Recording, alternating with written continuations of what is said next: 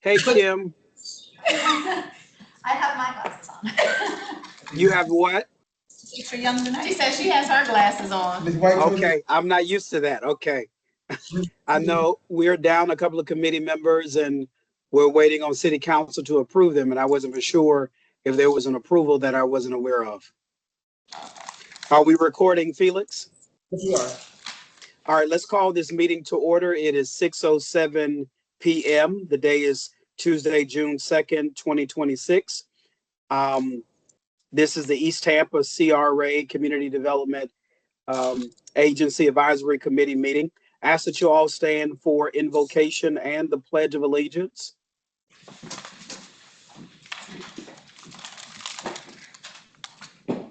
Let's please bow for a word of silence or a moment of silence.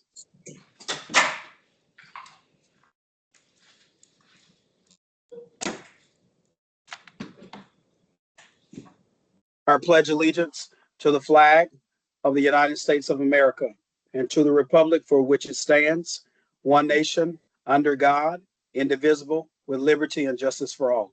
You may be seated.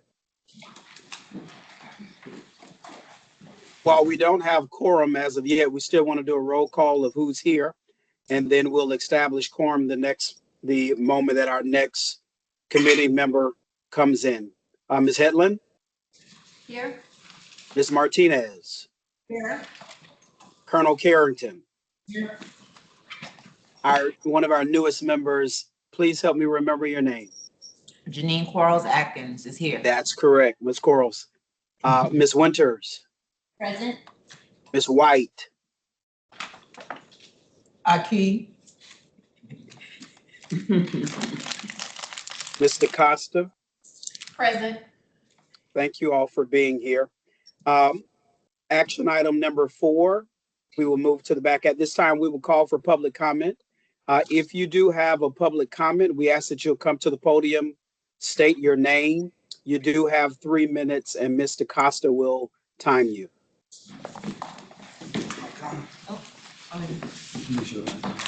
Please also identify if you're speaking towards something that's on the agenda. Good evening, Connie Burton. Don't have the agenda, but what I did want to come to say this evening is that all of you should be familiar with why the CRA was formed. And although just like the term affordable housing is being utilized now, that it can help those, and we are seeing the results of affordable housing inside of East Tampa with housing costing almost $250,000. Many developers still knock on the door of CRAs asking for subsidies because they understand the game as well. It is presented well that it's going to help those that are least fortunate, but at the end of the day, the things that we have been demanding since the formation of the CRA still lack. Now, I don't know what the governor is going to do with property tax, but if he do what he wants to do, the ending of property tax will be the ending of all CRAs. And I would hope that this body have enough courage to demand that whatever money you have in your account now, that it don't go into the general funds, that you see every project through, not with the developers coming first, but for the people that's been on the front end for the last 20 years asking for the basic housing rehab. If you look at the CRA definition, it talks about how we help our youth, how we deal with poverty, how we deal with mental illness. All of that stuff jumps right over most people understanding of why it was formed. And so I would hope you would stay dedicated to the cause, see, and ensure that as the mayor and everybody else scramble for general funds, we fight like hell to make sure that this CRA money is utilized to the max until it's no more. Thank you. Thank you very much.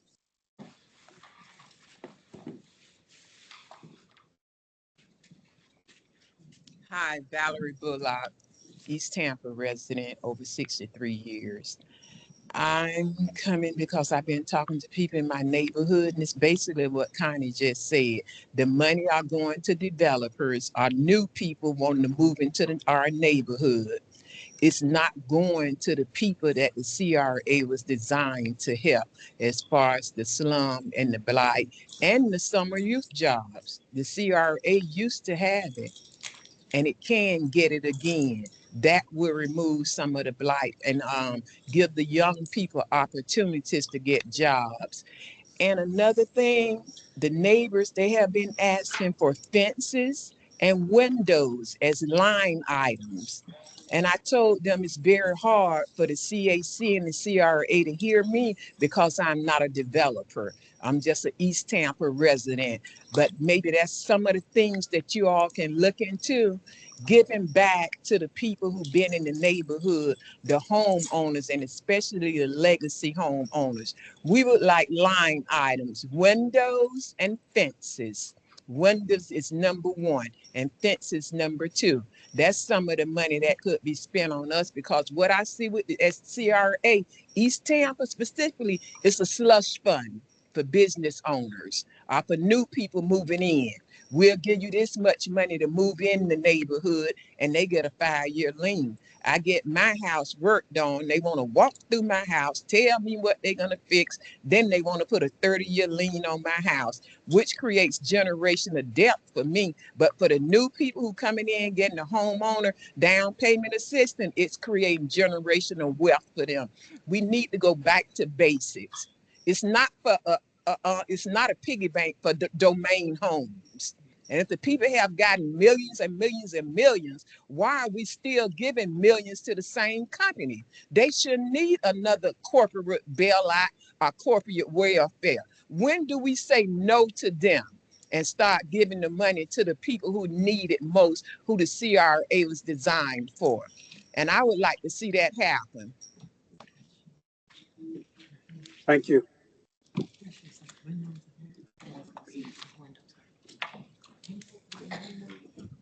Good evening, Allison Hewitt, third generation East Tampa resident and business owner.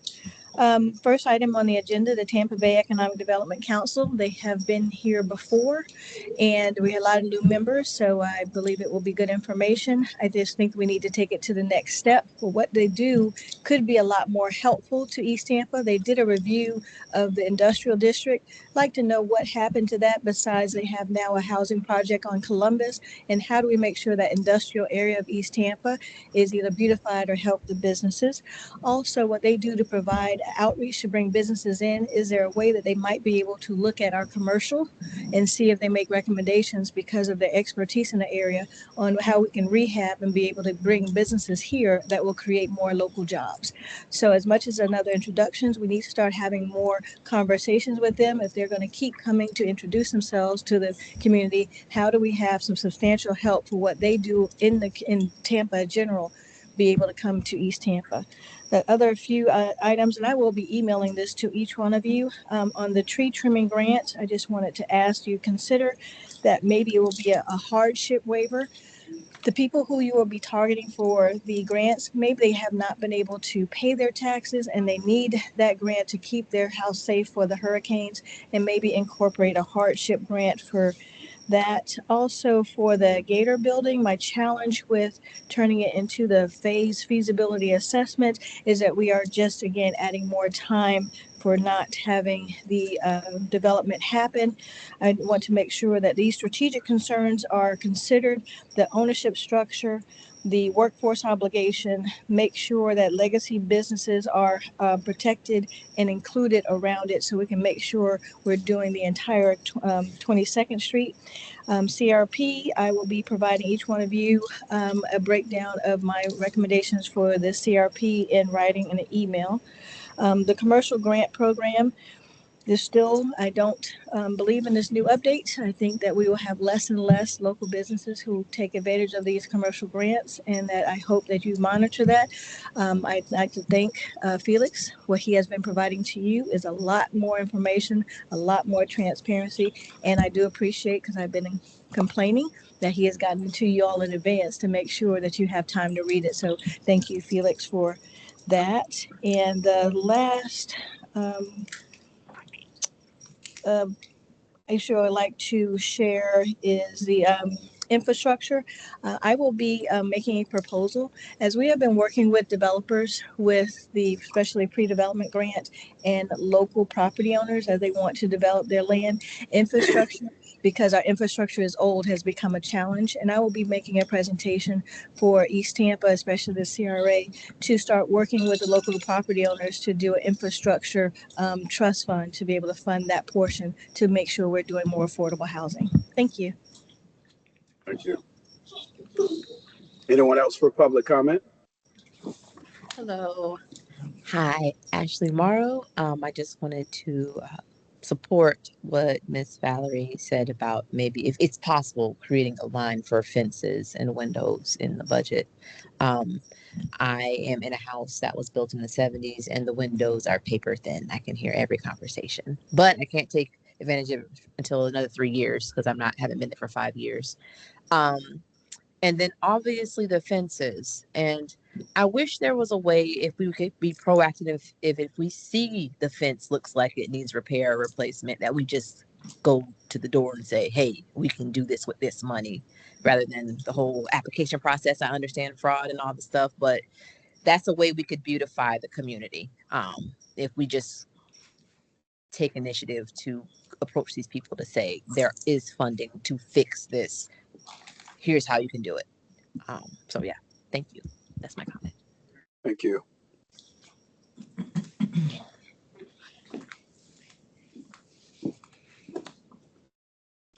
Is there any more in-person public comment?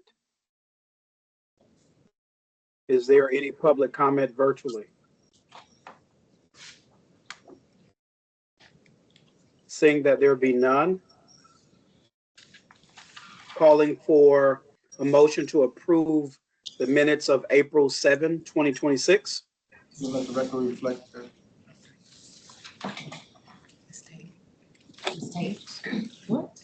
Okay, thank you. No, It, just it, When you actually came, you made quorum. thank you. Is there approval to accept the minutes on April 7th? Mr. Chair, I, Cedric County, to move for acceptance of the minutes for April. Andrea White, second. It has been properly moved in second. All in favor by saying aye. Opposed, same sound. Our minutes for April 7th have been approved. Thank you so much. We do have quorum. Thank you, Ms. Tate. Good to see you. At this time, we do have several presentations.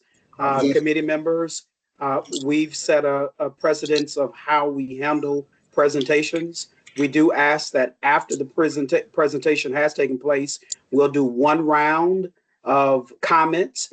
And then if we need to finalize anything, we will. So we ask that you would take down any notes. So when it's time for us to come to you, we may be expedient with our time and you will share your comments at that time. None of the reports tonight will be for a need to call for a vote. So there's only one round that we need to go by. At this time, we'll have a presentation from Mr. Craig Richards, Tampa Bay EDC. We do have some new committee members, and so we've asked for them to come tonight to more or less share the purpose of the EDC and how they look to partner in East Tampa. And then after he makes his brief presentation, we're going to ask that all presentations be kept to a minimum of 10 minutes, a maximum of 10 minutes, excuse me. And then after each presenter, we'll go to each committee member with comments. Mr. Richards at this time. 1 second, Dr. Johnson, we have to Yes. approve the second set of minutes as well. It's for the 7th and the 21st. Oh, thank you so much for that. Is there a motion to approve the minutes from April 21st? I make a motion that we approve the minutes from April 21st. Fran Tate. Andrea White, second. It has been properly moved in second. All in favor by saying aye. Opposed, same sound. Thank you. Ayes have it. So the minutes for April 7th and the 21st, our budget workshop, have been approved. Thank you, Vice Chair. Mr. Richards. Thank you, Mr. Chair, and thank you for your service while you're away. Um, was maybe a couple months ago, uh, Dr. Johnson came and visited with me at my office at the EDC. And he goes, I actually had a chance to meet his son as well. And we got into a really good conversation about what is it that the EDC is, what it does, how did I come to be at the EDC? And he said at the end of the meeting, this would be some good information to share with the committee. And would I be inclined to come and address the committee? I said, absolutely. So I really appreciate the opportunity to be here with you today. Um, I'm not here for an ask. There's no action. But, oftentimes people in my position, we think that people just know who we are and know what we do. And, we've been going about this for 15 years now as an independent nonprofit organization that spun out of the Chamber of Commerce about 15 years ago. And so we just assumed that people know who we are, what we do. And that's a faulty assumption. My dad used to say, what happens when you assume, right? So I appreciate the opportunity to come and talk to you today. And today, as I understand, it's really just more or less a conversation. The idea was to really introduce myself and to talk about who I am and what we do as an organization. So again, I'm Craig Richard. I'm the president and CEO of the Tampa Bay Economic Development Council. I've been in my position for it'll be 10 years in June. It doesn't feel like a long time, but when you say it like that, it is a long time. And so I had a chance to do some pretty exciting things throughout my career. And one of the things that we talked about when we were in my office was, how did I get to where I am? And I'm going to abbreviate the story because I don't want to take all your time this evening because you guys got some really important information that you want to get to. But my story started in Houston, Texas, born and raised. And I was raised in a little community outside of Houston. It's called Baytown, Texas, which is a relatively modest community was really one horse town, meaning you either worked in a refinery or you didn't. And my dad worked in refineries, my uncle worked in refineries, my brother, and the refineries are good money. Oil refineries, they make good money, but it comes with the price, and the price is your health. It's a very hazardous type of work. And, I had a choice when I got out of high school. Well, I could go and work for a chemical refiner, or I could go to school and try to do something else and move away. And so I was one of the rare people that actually moved out of my little hometown, went to school at the University of Houston, and ultimately went to Virginia Commonwealth University, where I pursued a master's in urban and regional planning. And that was kind of the start to this career in economic development. In that program, there were 3 tracks that you could take. You could take a housing track, a transportation track, or an economic development track. And during the course of my conversations with my professor, we were on a tour of a city hall in Richmond, Virginia. That's where Virginia Commonwealth is.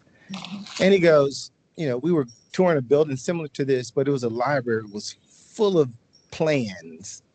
And he was curious. He goes, what do you think about all these plans about how to develop a city and, community development, neighborhood development? What do you think about this? And so I pulled one of the plans off the shelf and laid it on the table. And he goes, what strikes you about this plan? I said, well, it's dusty. I was being a little smart aleck.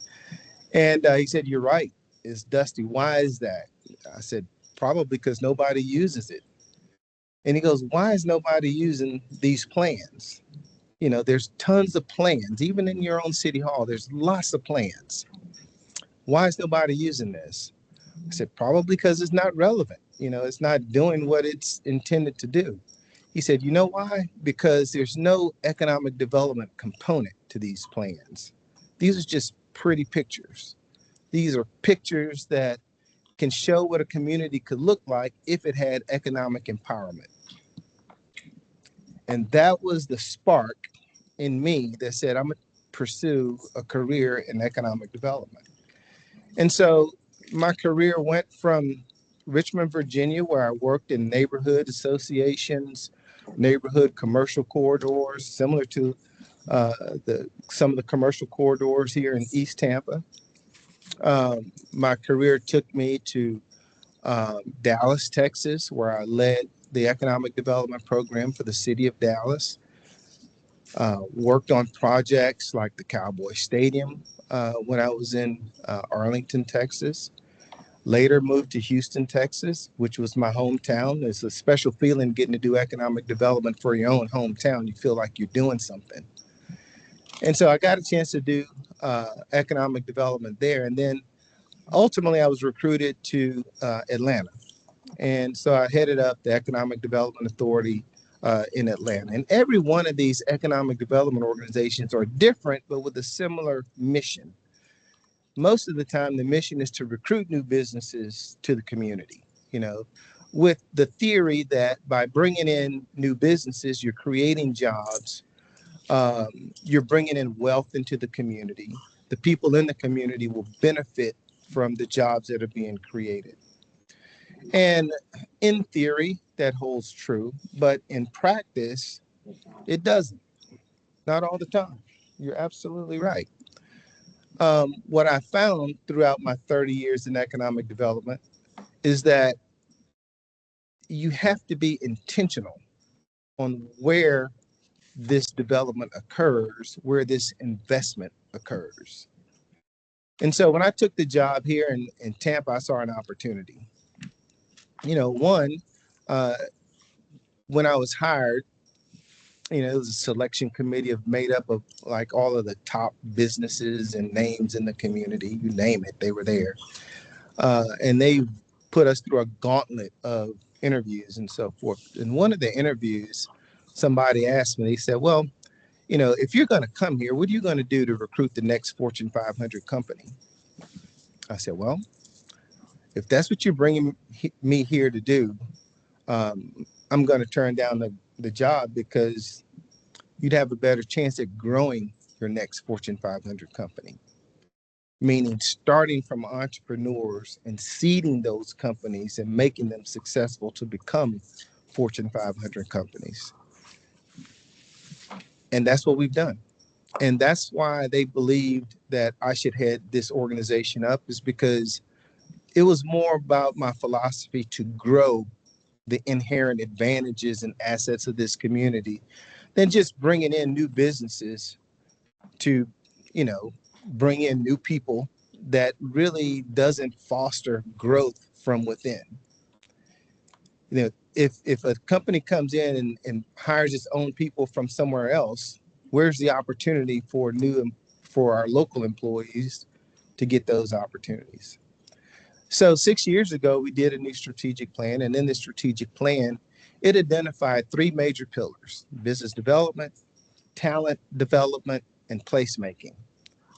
And that was the beginning to this concept of more of a holistic economic development strategy. It included business development, but in order to do business development, you had to prove you had the talent. You had to prove you had the people that could take the jobs that the jobs were being created for. And then if you're going to have the talent needs a quality place to live. So it's like a 3-legged stool that all depended upon each other. And so our mission changed from just being a business development organization to being an organization that creates a thriving and diverse local economy. That's our mission now. So it's a more holistic concept. And so 6 years ago, campaign, and I was able to hire probably one of my best hires, Tony Brown, who is our vice president of community development, does a fantastic job of scouring neighborhoods for investment opportunities. That's what his job is. He used to manage CRAs in Riviera Beach and some other places in Florida. He was a banker, community development banker. So he knows the business. He knows how capital flows into communities. And the whole idea there is to make sure that Whereas never before we had an interest or a stake in partnering with the city to do community development. Now we do. Now we have a mandate from our strategic plan to partner with the county, the city, to help identify areas that are right for investment, for job creation, and to help hire the types of people in our communities that's really going to truly create economic opportunities. And that's what we do at the EDC now. My job is to make sure that we are executing on our strategic plan and our mission. And, you know, it's been a long time, 6 years, and what do we have to show for it? Frankly, we have nothing to show for it just yet. We've done a lot of plans. And without those plans, like I said earlier today, they could just sit on a shelf if there's no economic components in this. And so in the plans that we are developing is to create some economic opportunities in the areas that we believe are right for investment. And I truly believe East Tampa is one of those areas that's perfect for these opportunities. Mr. Chair, I know you had a question, and I don't want No, to your take up your time is whole up. night, but okay. No, your time is up. I want to give you a couple more minutes to finish your Yes. statement, and then we'll start with Vice Chair, and then we'll go around the table.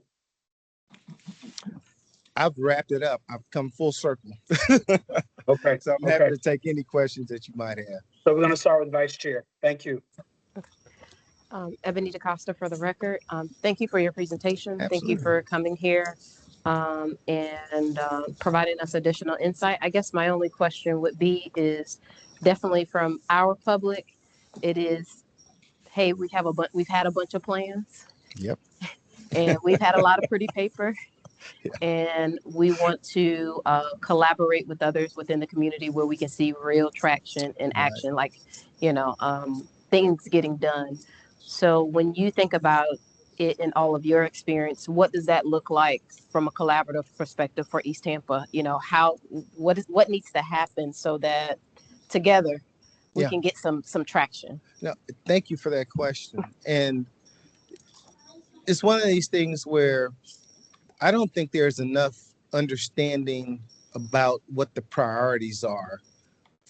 About 6 years ago, there was a strategic plan that was done for East Tampa. And we didn't want to be the one to come in and mandate, here's a new strategic plan. This is what you ought to be doing, any of that. We looked at the strategic plan and thought, where's the gaps? How can this organization that has only 15 employees, $4.5 million operating budget, what can we do to partner with the city to add, the business voice in this? And what we decided was there's a corridor along Columbus Avenue that we believe can be brought back to life for job creation. There's a number of industrial sites and buildings in that corridor that once there's a perception that can be made that it's safe to invest in the area, businesses can come and put their businesses there. We've provided some recommendations on what types of tools or incentives can be used to bring the corridor up in an appearance where this safety is obvious. There's no razor wire on top of the fences. That looks like you're guarding the penitentiary. The streetscape needs to be so. And there were a number of, and the staff has been very good in taking our recommendations and working through various programs so that there can be some grant opportunities for local property owners and stuff. And we're happy to help with that. But I think the first step in any of these revitalization efforts is to help capital feel safe to invest. If you're a homeowner, you want to invest in a place that you and your family are going to feel safe and, for generations to come. Businesses are no different. They want their employees to feel safe. They want to be able to grow their business in a safe environment. And that's kind of what the genesis of what some of the information that we've shared with the city staff on that about.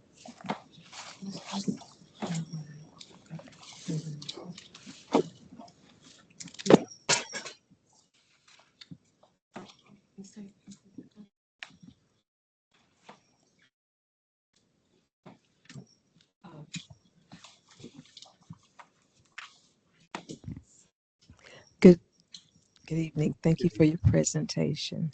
So I'm thinking back when you guys came before us months and months ago, and your interest was in developing Columbus and 34th, that corridor down in that area.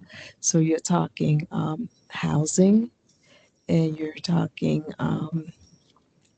commercial Right. commercial development. Mixed-use development. Okay, so it's all interesting, and it all sounds good. And I remember the book that you guys gave us, and I'm gonna go back and read through that booklet because some of the pictures, the pretty pictures, have changed, and I'm pretty sure some of the verbiage has changed. Is that still your interest, developing the commercial area down in that particular area of town?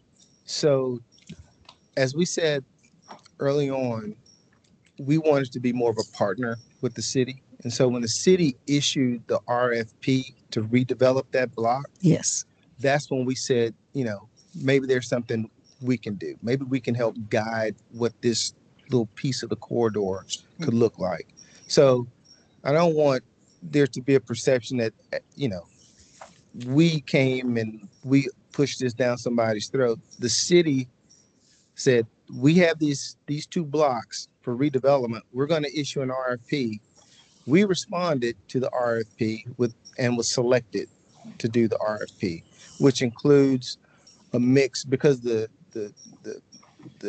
parcel was purchased using federal HUD dollars or something. So there had to be an affordable housing component to it. And we thought, what you don't want is a corridor that's going to just completely encroach all the way up on these potential business sites and industrial sites. And then you'll lose an opportunity to create jobs, the types of jobs that pays benefits and, you could send your kid to college on, not retail jobs or dollar stores or any of that kind of stuff, but truly economic opportunities. And so we proposed that in addition to some affordable housing units, that we create a technology innovation center that could house either programs or companies that could be incubated to create the types of jobs that could ultimately inhabit that corridor. So that's where we are today. The residential piece is well on its way. We're working with potential partners on the manufacturing space.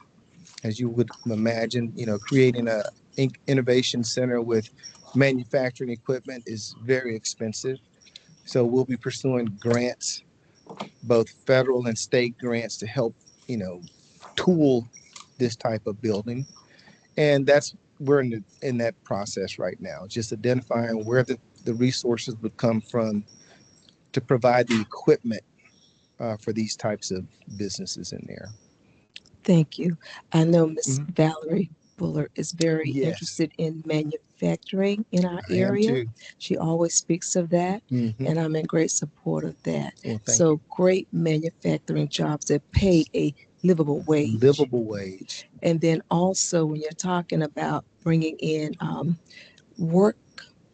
working development type of programs, the jobs that we really want in our community are jobs that really a person can live on as well. More so the STEM program, science, technology, mathematics, robotics, nothing similar to culinary that won't pay the bills. So we're really not interested in that. Yep. And then that particular corridor is in the Jackson Heights Neighborhood Association boundaries. So we're definitely going to be keeping an eye on everything, and we definitely want to be a part of that. Indeed. Thank you. Well, no, thank you. I And want to thank you. remind our, Appreciate the I want to comments. remind our committee members that we're just doing one round of questioning. And after this presentation, I'm going to turn it over to Vice Chair. So you'll be able to control the room. I want to make sure that we're still being expedient with time. So let's follow those directives, committee members. One set of questions or statements so our presenter can finish that we can get through the program. And then after Mr. Richards, I'll just go into being a committee member and pass the gavel over to Mr. Costa. Thank you for your presentation. Thank you. I just have one question. When you see a community like East Tampa and you see plans that are made and you make a way to develop those plans, who is your number one priority when you develop plans for an area like East Tampa? Who would be the community itself and the residents within the community? I look at it like I told you, being born on the east side of Houston, the kind of community I was raised in, you know, there weren't any job opportunities in close proximity to it. We had to take, you know, if you didn't have a truck or something, you had to take a bus or something like that. It's the same thing. Here, we're in a community that has very limited transit options. And so if we're creating industrial properties or industrial manufacturing companies on the other side of, you know, the community or the county, and you have to find, you know, transit opportunities to get there, what good is it doing the community? Because you're creating even more traffic and congestion to get to the jobs that have been created on the other side of town. So to help alleviate some of that, you have to create employment centers within the areas where the residents live. And so that's the concept behind it. So the main beneficiary is the community in terms of the residents in the community, the property owners in the community, the existing community. Right. Mm-hmm. Thank you. That was one of my questions. So thank you for asking.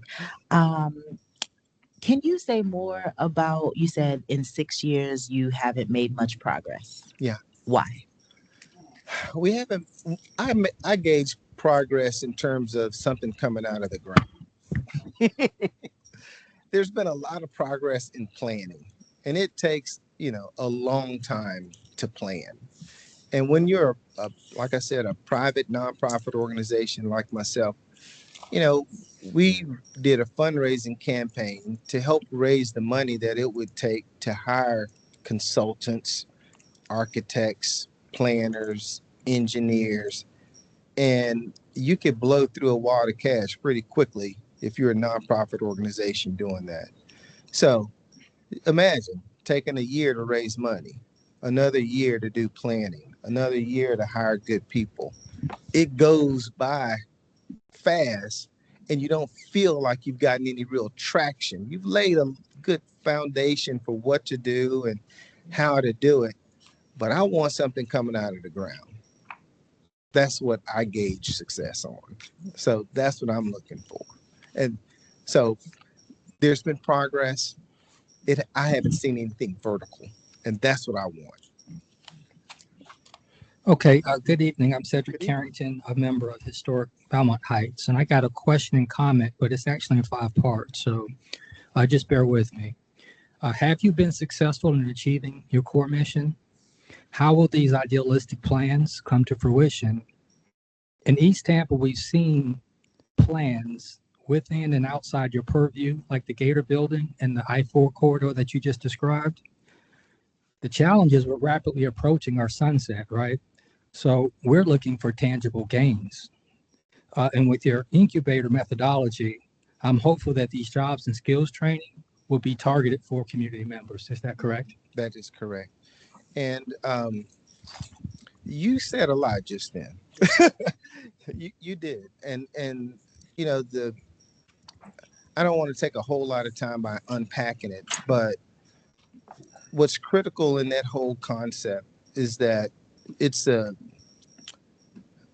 partnership.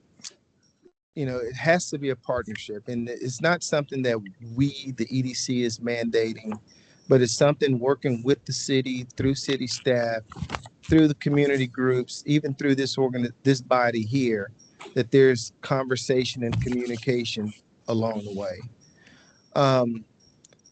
We measure our success through various metrics. I report to a board of directors just like you guys. And we have to report on how many leads are coming to town, how many companies are locating here or expanding, how many jobs are being created, the amount of capital investment that's occurring. And one of the other metrics that we measure the effectiveness of the EDC is the diversity of our economy. And when you look at the diversity of our economy, we're doing really well. In fact, we were ranked the 7th. Hillsborough County is now the 7th most diverse local economy in the country. Now, 20 years ago, we were heavily centric on hospitality and tourism. Here before you, I'm talking about how can we get manufacturing to take root? How can we grow our manufacturing base? How can we make sure that we're creating the types of jobs and have the talent to take advantage of these opportunities in manufacturing? If you look at my pipeline, we have a CRM system that houses where all our leads are. About 40% of my leads in new companies looking to locate somewhere in the United States are manufacturing companies. And yet our closing rate on those manufacturing companies is small because we don't have the ecosystem to support manufacturing. What an ecosystem includes is incubators, training programs, different certificates and degrees related to those types of manufacturing. And so we got to start with building that ecosystem to support it. I hope that. Thank you. Okay. Hi, Mimi for the record. So I understand the ultimate goal is to create the East Tampa Industrial District. And from what I researched, it does sound like you already have your own district master plan. I believe around 2022, you had a consultant who helped you kind of write out your vision and your master plan. I think what would be helpful for us, especially those neighborhoods this project's going to impact, which is College Hill and Jackson Heights, if we were to have access to that master plan so we can see where we are progressing and where maybe we're pausing. And I know this is about your 4th time coming to meet with us. I know Tony's been here a couple of times since like 2021. Right. So I appreciate those routine updates, but I think if we were to have the plan, the community could follow that and they can see, because from what I am seeing, you do have a little bit of progress because number one, you have the Ashley East. I know you're partnered with Integral, so we've got the housing piece. Right. I know you bought that land there from Columbus from the city. And I also know that you're trying to get the manufacturing businesses to come in through the opportunity zones because Tony talked to us about that. So the things are there. It's just hard for us to connect the dots because we don't have a plan to follow. And I know that your master plan aligns with our SAP because you did it simultaneously. So that right there, I think that's what people need to hear. So if there's a way you can do that, just like that, I think you'll get more buy-in and more confidence as to where are we going and who are these people. Great input. Thank you for that input. Really appreciate that. Yes. Keep it short and sweet. Thank you for your presentation tonight. It was very informative, and it's nice to hear about some progress being made. Yeah, thank you so much. It's a pleasure being with you all tonight. You're here. Ms. Gaines, do you have any comments?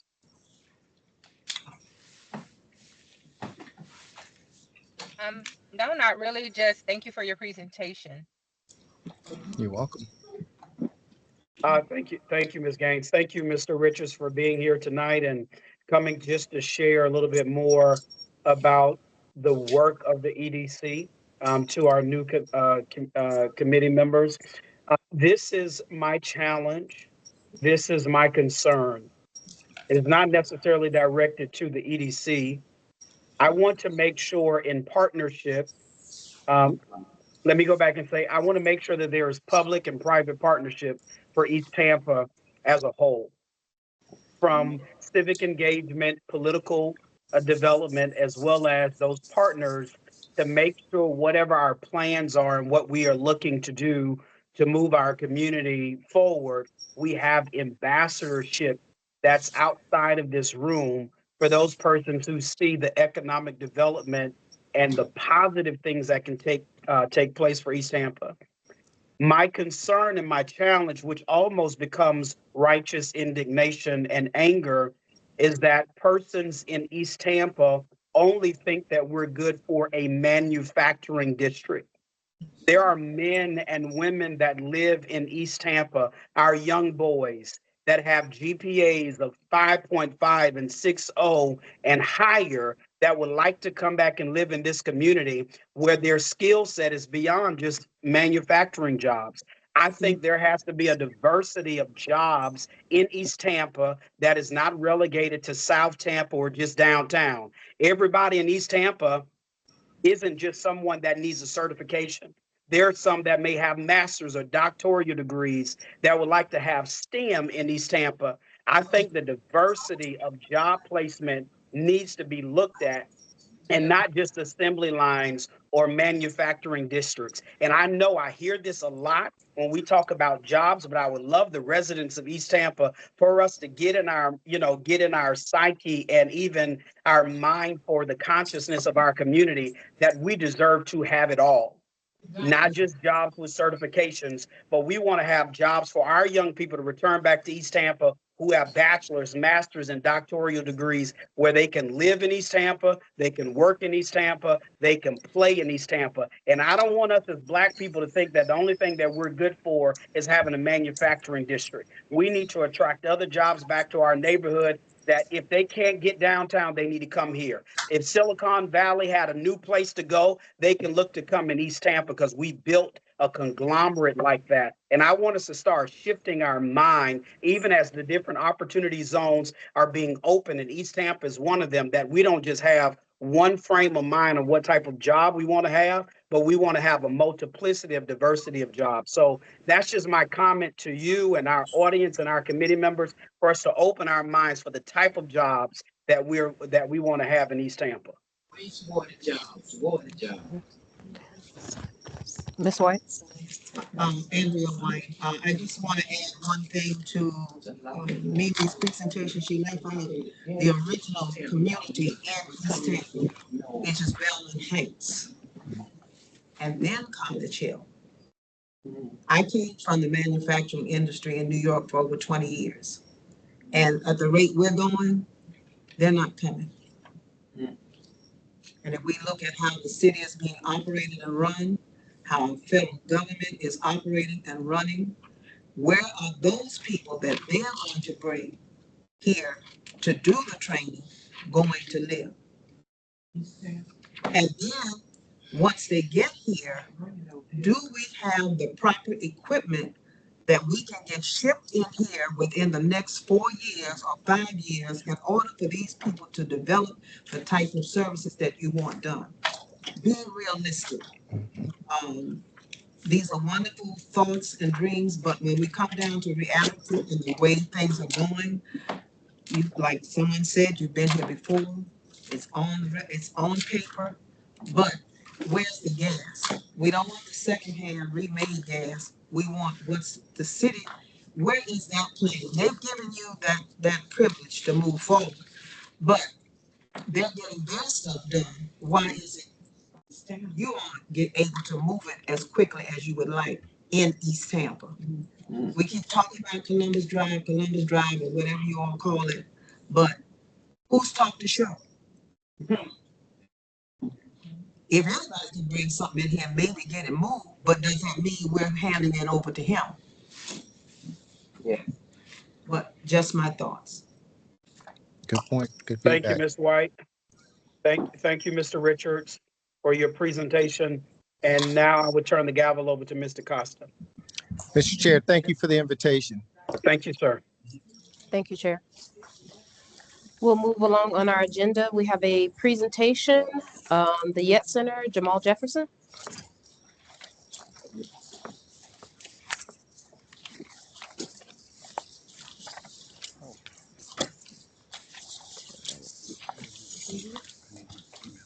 Yes. Oh, is it? He's here. He's coming. There's Coach right there.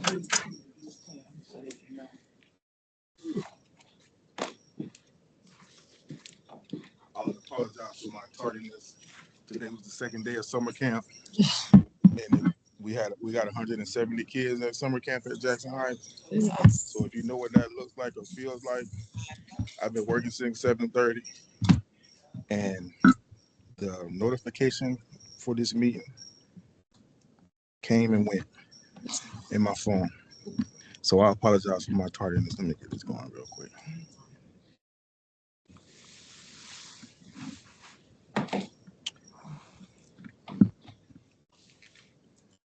For those of you all whom I don't know, my name is Jamal Jefferson. I am the site supervisor at Jackson Heights NFL Yet Center. I'm the team facilitator for Tampa Parks and Recreation. I'm trying to get this up. Please bear with me for a second. Are you trying to connect to the? Yes. I think I got it plugged in here on my HDMI cord. So while he's pulling it up, I have a question procedurally for Ebony or for Felix. Why are the presenters behind us instead of? It wasn't meant to be like that. Mr. Richardson, the receptionist over there, and I wouldn't want to interrupt it. But Jamal, yeah, you can come up. Maybe more easier. Yeah. Is it easy to do it from up front? Set up the next person, but. Okay. There is no other. Oh, okay. You want to come up here to this podium? Bring the computer up there? Yeah. Okay.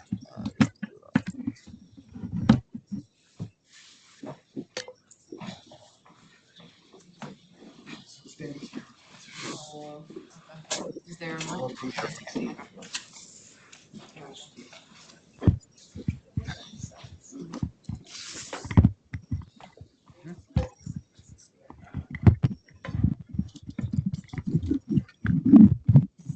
to call into the team, please? Can you connect to the team? The link? Do you have it? Send it here.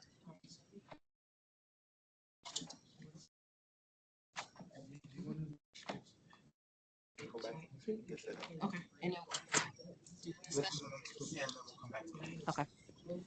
All right. For the sake of efficiency and moving along, we're going to allow Mr. Jefferson to get set up and just move into item C, which is our discussion for the tree trimming program. Or do you have it up, Felix? Yeah. Okay. Okay. All right. You don't have anything. Okay. Just making sure. Okay. So then we'll just do roundtable again. The information was provided. The memo, I know we discussed it, all of the historical data and usage information was provided to us. So it's just now additional discussion. So we'll actually start on the other side of the table. Ms. Headland, do you have any questions, concerns, comments? And then we'll. Not at this time. I'll pass. Okay. Sorry, yeah.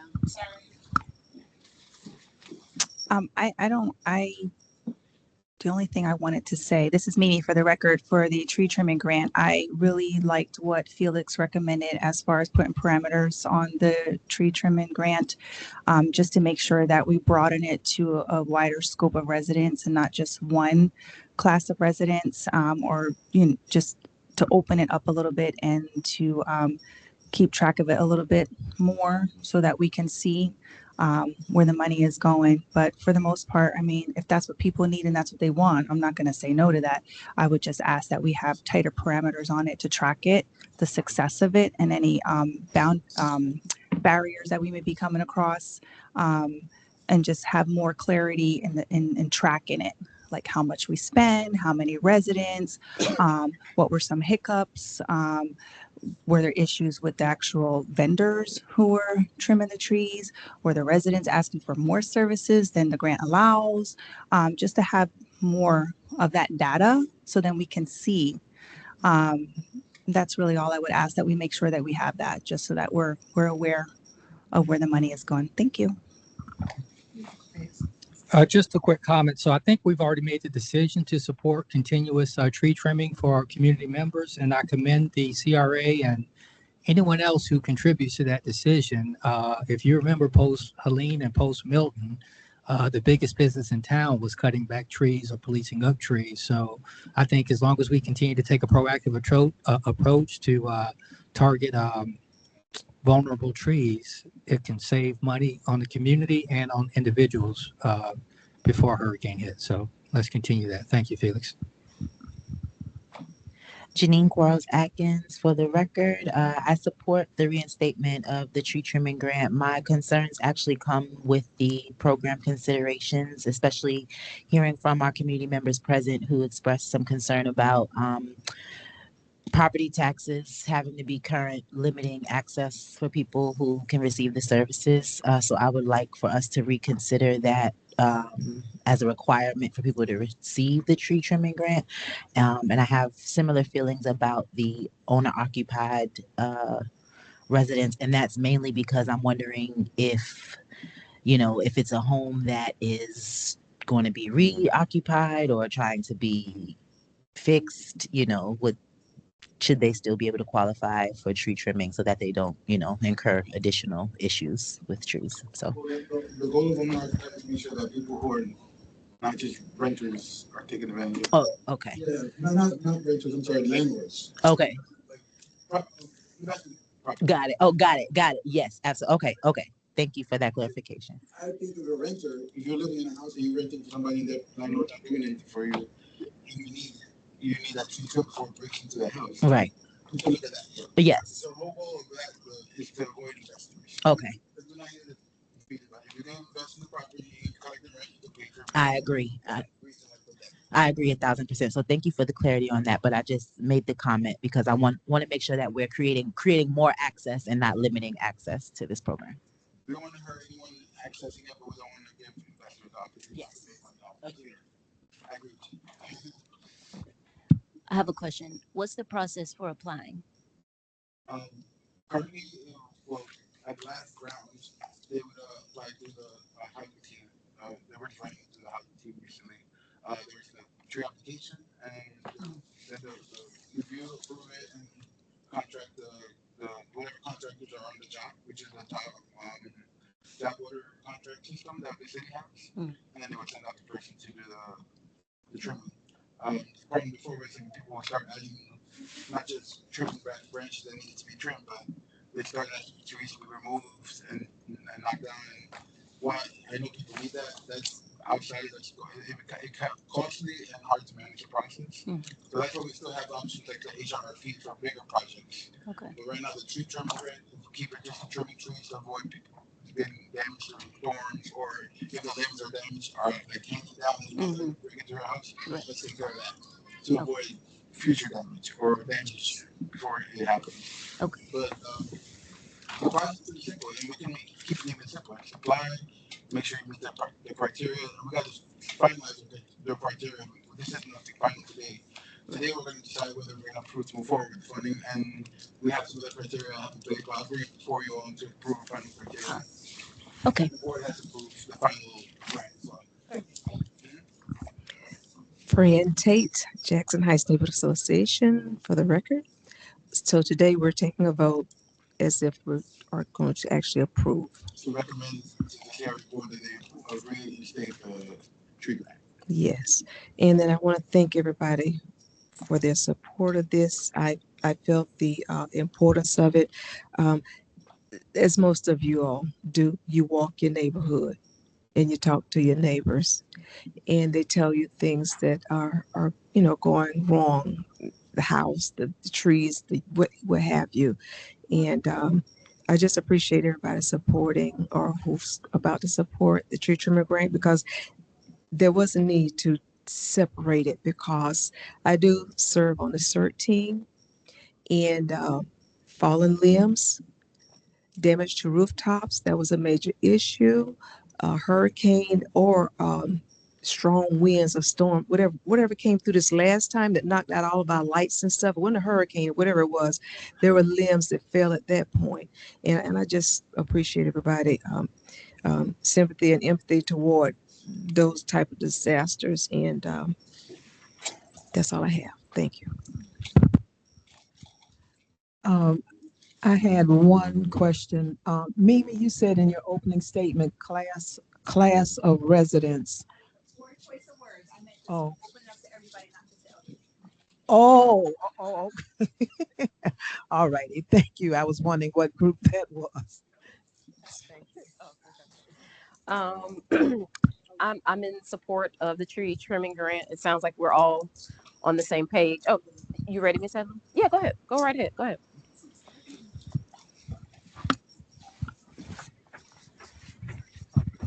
Thank you, and my apologies. I just, for a point of clarification, it looked like we had identified potentially $100,000 to be reallocated. So today would be a recommendation to reallocate those funds, and then any program specifics would come back at a later date. And I'm asking that because I'm particularly interested in kind of, are we setting maximums? So we establish as many possible people can be assisted, or are we, at a maximum of 5,000 and 100,000 doesn't go that far? I guess that's. We were actually at the original amount, 2,500. If we're just doing tree trimming, the necessary branches, that should be enough. And then of course we can make we can, on the make an exception, we can on a case by case basis, if there's a home that requires a little more funding for that, we'll have to assess it and approve it if necessary. But as long as we're not just doing cosmetic work or removing trees. Yeah. But at this time, we're looking at a max cap of 100,000 to reallocate. Okay, thank you. Now, I plan on taking it from Professional services. Yes. Because we have a lot of money sitting there, and we're going to use some of it, but there's still light enough that we can do the tree trim, which is important. Cool. Okay. As I was saying, I believe we understand how important this is for our community. Tree trimming is highly expensive. I don't think everybody probably really understands how much it is, and we're doing our best to make sure that we stretch those dollars to serve as many residents as we possibly can. That's the focus. Also, Felix also mentioned that some of these services can be available through the housing rehab and renovation program as well, for more evasive projects and things of that sort. But I do like, as us moving forward in the reinstatement, having those barriers and making sure that we're tracking data and information. I think that's highly important as well. But we're going to do our best to make sure that we deal with them on a case-to-case basis in the event. But for the most part, really just taking those fundings, getting it to those who need it the most, and just making sure that we're being responsible with those dollars. Mr. Carrington, I'm sorry, you had something. I just want to know if we go on record and say that our goal is to make sure we have 100% expenditure on this tree, so everyone knows and everyone's able to take advantage of it. Success for us is to have a zero balance at the end. For sure. I like that. I agree. Anything else we need to add? No. Do we have a motion on the table for the approval of the reallocation of the $100,000 for the tree trimming? That's, everybody's all excited. Go ahead. Madam Vice Chair, I make a motion that we approve reallocating $100,000 separately for tree trimming. Within the boundaries of our CRA. He said CRA. Do we have a second? Second. Ms. Winters? Oh, shoot, we forgot them online. Dr. Johnson or Ms. James, do any of you like to? Yeah, I have unreadiness, and I know I missed our budget workshop. Tonight on the agenda, it doesn't call for a vote, but I see that a motion is being made for the tree trimming program. I'm all in favor of it. What was in the budget, the previous fiscal budget for tree trimming? Dr. Johnson, it does state that we have action required for it. Oh, I'm trying to find it. I just lost my Yeah, place. no Hold on a problem. second. No problem. You better put those glasses on. I'm going to get them right now. I'm trying to look young and can't see. The question was the 3-bit allotment In FY24, there was a total of 159,000 expended, but we only had 100,000 allotted, so we overspent in 24. And in 25, the full $100,000 budget for the program was expended or encumbered. So we're still waiting for funds from that FY25 budget. And then there was nothing budgeted for FY26. I'm tracking. I'm in favor. Ms. Gaines?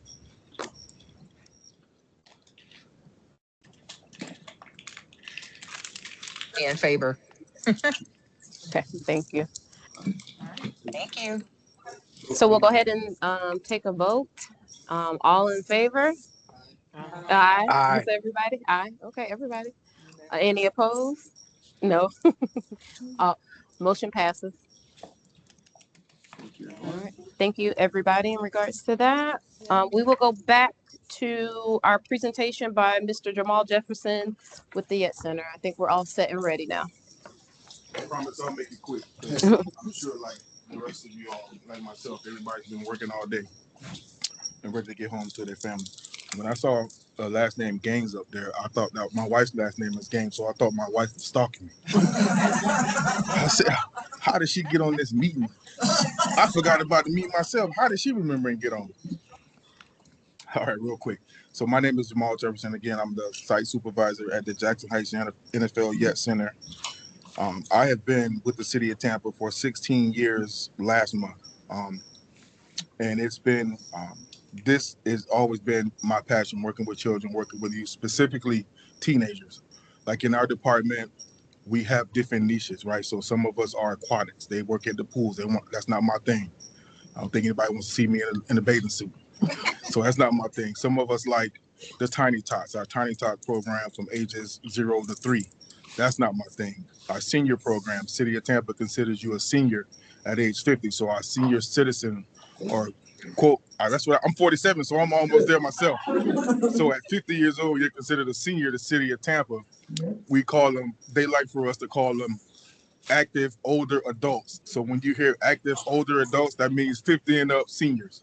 So we have Reagan Park, we have Fair Oaks has a senior program, Barksdale over in West Tampa. So we have different divisions in our department that people kind of find their niches. Well, teen programming is my niche, right? That's the group that I like to work with. I can do it all, but specifically the teenagers. I know this is teens are a hot topic right now because of the takeovers. It's summertime. I'm of the mindset there's no bad kid. They just make bad decisions. And it's up to us. Now, parents and the teens bear some accountability as well, but it's up to us as a community to engage the right way and provide opportunities, whether it's job opportunities, workforce readiness. Everybody's not going to go to college, so skilled trades, if it's a branch of the military, whatever we can do to prepare them to do something better. I tell them, I don't care what it is, as long as it's better than what you did yesterday. It doesn't matter to me. So without further ado, I'll run into our Teens Leading Change program. And this is a personal to me because I feel like people don't know a lot about our program. This program, I've been facilitating this program for 8 years.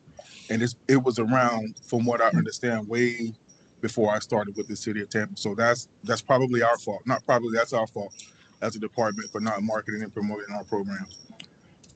So we'll get started, and I promise I'll make it quick because I know how this goes.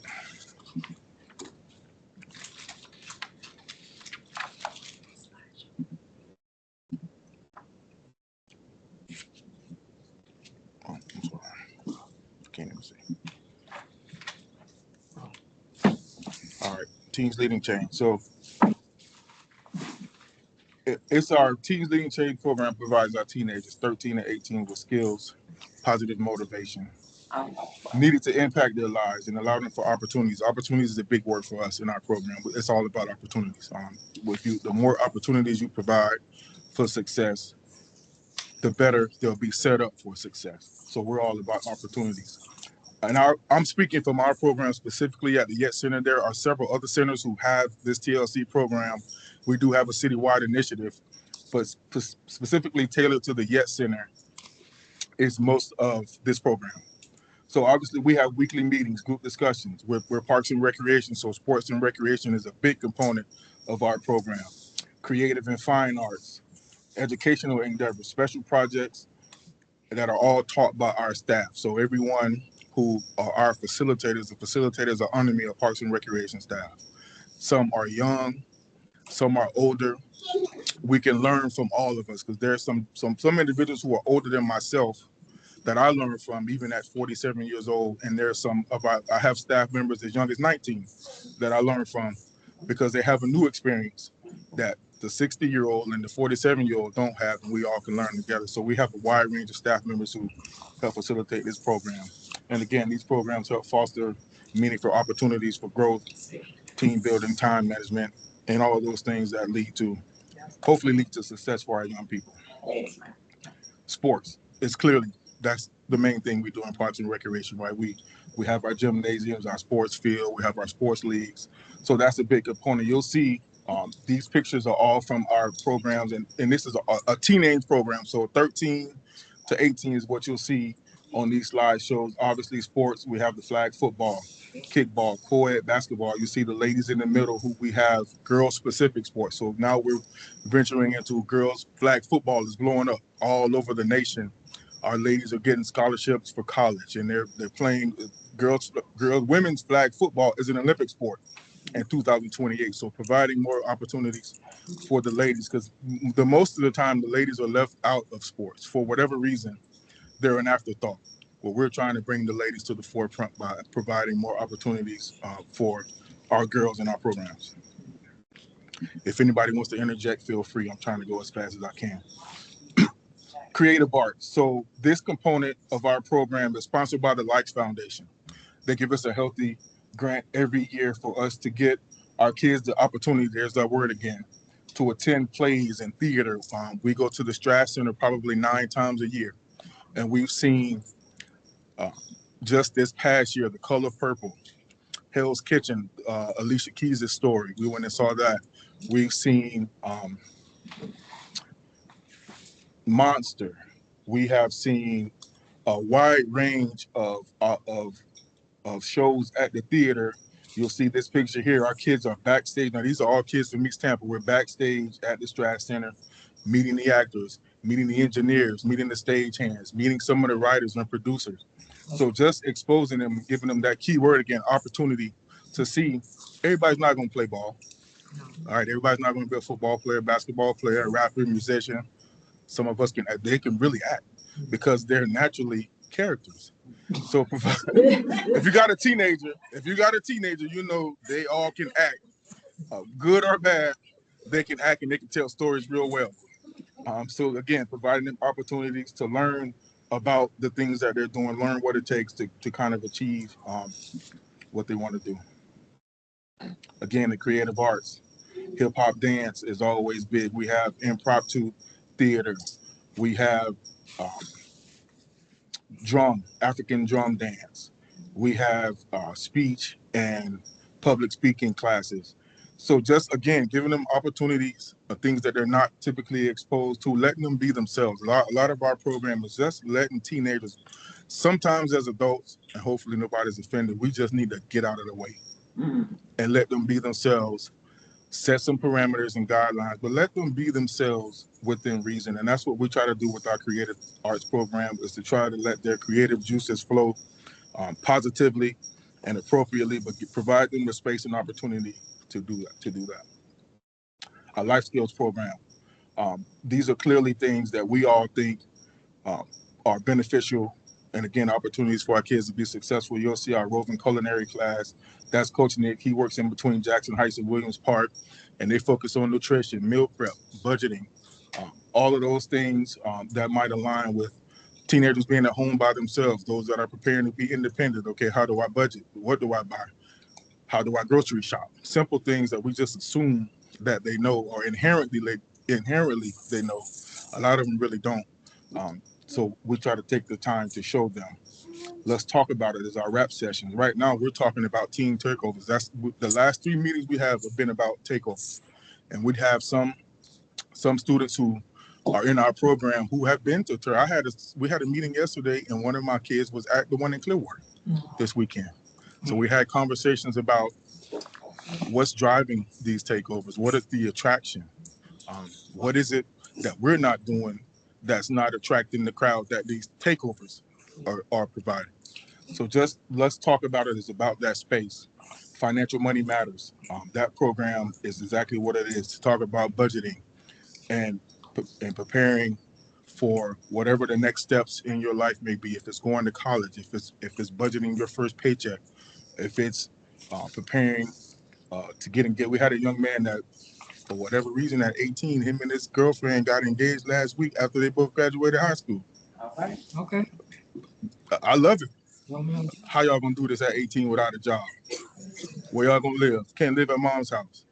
Okay, so we need to get in the workforce. We need to figure out how we're going to budget our money, get us a place, how we're going to get around town, because we're not riding big yellow school bus anymore. So how you going to get around town? Just preparing them financially, because we all think we have S on our chest, right? We can do it. And a lot of times we can, but how are we going to get there?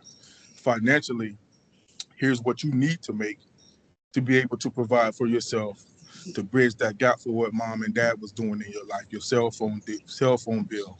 Just teaching that love will always find a way. I got that. But as we all know, it takes money to make things move. The Tico ain't taking love as a payment. You gotta have the lights on the scene. And Tico they ain't taking love as a payment, I promise. If they are, then I need to sign up for that program, because my wife and I have a lot of love, but we still got to pay Tico. We still got to pay that mortgage. Our Metro Wellness program is drug and alcohol prevention, sex education, all mental health awareness, those things that kind of get missed in, I'll say, in our community, because us as adults are afraid of that kind of conversation, right? We're afraid to talk about sex education and mental health and things like that. So we try to provide that space for kids, a judgment-free zone, to talk about those things, even if they hurt feelings, even if they make us as adults uncomfortable, trying to provide that space. Let's Make It Official program, I think, is really dope, because it's a program ages 16 to 24.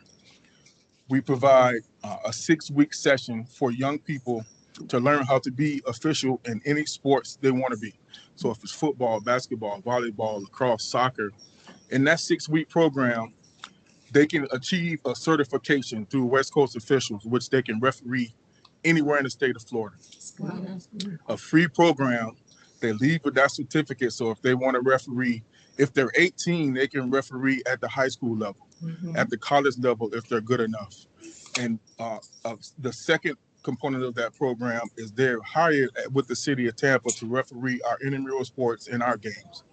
So not only do you leave with the certification where you can go, I had a young man who went off to FAMU, he got the certification, and he's like, Coach, I don't know how I'm gonna make a couple extra dollars in school. He went through Let's Make It Official. Now he referees the intramural games on campus. He's making $200 a week just refereeing. He was going to be playing in the games anyway. So now he's out there as an intramural official making about $200, $250 a week. So that Let's Make Official program is really good because it provides that opportunity for them to make some money. If you know anything about teenagers in 2026, they like clicks and views, and they like money. Those are probably the most important things in their life. They like clicks and views, and they like money. And there's absolutely nothing wrong with that.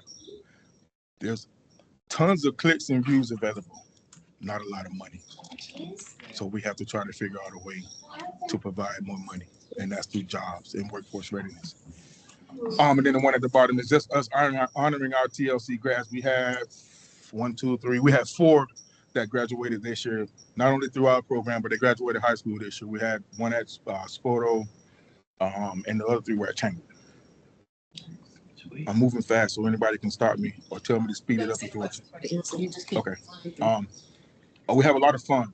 As you can see, we're at soccer games. We're hanging out with the Bucks. These 4 young men in the corner actually got a chance to dive at the Florida Aquarium with their dive team. So the ones that are down in the corner, they were brave enough. They were the only ones brave enough to put on that wetsuit and go down and swim with the sharks and the fish at the Florida Aquarium. I mean, how cool is that, right? shopping with the Buccaneers, and Antoine Winfield was gracious enough to adopt our program. So he took our teenagers on a shopping spree this August before school. So they were able to go and spend some time with him and shop at Dick's Sporting Goods and prepare themselves with some school clothes. Our teen engagement program additionally spends time with TPD and working on teen and police interactions. This one here in the middle is one of our students. The officers are playing the teen and the teen is playing the cop. And it's a cool experience because the kids get a chance to see what the officer sees, but then the officers also get a chance to hear from the kids and see what they see.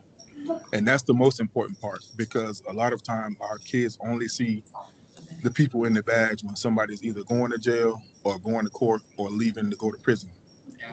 To get the opportunity to see them as just community members is big.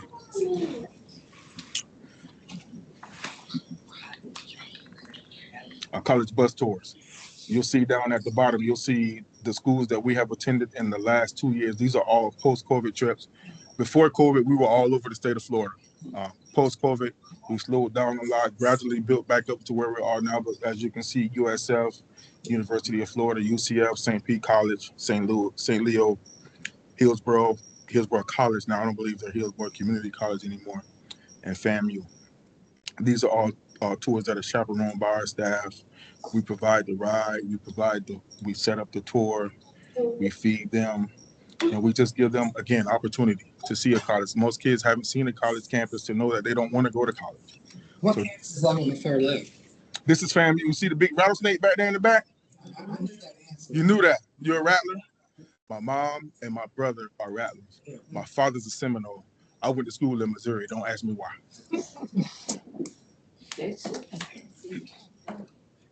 And this is probably the coolest thing about this presentation, because that picture prior, these two young ladies were on those trips. So Akari is a junior at the University of Florida. She throws a shot put. She was second in the SEC in the shot put. And Daria Bush now these are both Jackson Heights kids. Daria Bush is a freshman pitcher, and she was the pitcher of the week at her university. Again, these were two teenagers who didn't have a desire to go to college before going on the bus tour. Something sparked in them, and Kari is actually going to Florida. And the first trip we went on was, guess where? Florida. So she's now at the University of Florida. Our civic duty. As you can see, we spend time trying to engage and have them learn that it's not all about fun and games. If you want to be a well-rounded individual, similar to what you all doing here tonight, is civically engaging, right? So you see us engaging at different meetings, different activities down at City Council, spending time with different city departments to learn about what it takes to run the city of Tampa. How do you engage? Where do you engage? Networking and those type of things. This one down in the corner is our teenagers participating and attending a workshop for preventing crime in the community. So we were down in Jacksonville and we were spending time learning peer mediation, de-escalation, and successful intervention to help prevent gun violence and those different things that arise in our community. Our summer employees. This was my staff last summer. Summer just started 2 days ago. So this was my staff last summer. So every one of these kids in this picture, mine is myself, participated in the TLC program. So these are all East Tampa, Jackson Heights, homegrown kids who have been through my program. I say my program because it's our program. But these are all kids, no disrespect to anyone else. But these are the kids and these are the families that we see every day. So it would be robbery not to allow them to work where they play and live. Mm-hmm. Congratulations. Any questions about the TLC program? No, we didn't say no. Okay, I'll pivot to our Stand and Play program, which is what we're into right now. So our Stand and Play program is 7 nights a week. It is 6 to 11 now, so strike the midnight. It's 6 to 11 p.m. We have 9 select sites, Jackson Heights being one of them. You'll see a list of the sites over to your right. It is a free program. We feed them every night. And again, you'll see the activities, sports, mentorship, culinary arts, field trip, pool parties, life skills. And at the end of the summer, we have a very large sneaker ball down at the River Center where they can put their Sunday's best on in their sneakers and come party and have a good time with us. And again, the most important part is safe, supervised, and it's fun. These are just examples of our program. Again, we have basketball league. We have a kickball league, which is co-ed for the girls and boys. And at the end of the year, we have an all-star game where the kids get a chance to play against their favorite staff members and beat us up a little bit. And dodgeball and basketball. They take full advantage of the dodgeball game because that's their opportunity to take out all the frustration, all the yelling and screaming we've been doing all summer, where they get a chance to get their lick back in that dodgeball game. And trust me, they take full advantage. These are, again, just an example of some of the programs. You'll see our outreach program. So we have guitar, violin, and ukulele classes, and you'll be surprised some of the musicians that we have tucked away in our program. So again, never have the opportunity to pick up these instruments or be provided these instruments, and they have natural ability. Like some of these kids picked up those instruments and were naturals without a lesson, without ever taking a lesson. And this is it. So this is how you can contact. I'll give my information, but this email is for our Teens Leading Change program. This email actually comes to me as well. Teens Leading Change at tampagov.net. This is my city cell number. So if you've got any questions, concerns, any additions to the program, we are not above amending, changing, or adding to our program. I'm confident enough to say at Parks and Rec, I don't know it all. We don't know it all as a department. We need the help from community members. We need the help from those who want to engage, those who want to assist, those who have advice, those who have teenagers and know what works in that space. We welcome your input. We welcome your knowledge, your skill set. With that being said, I am out of y'all's way.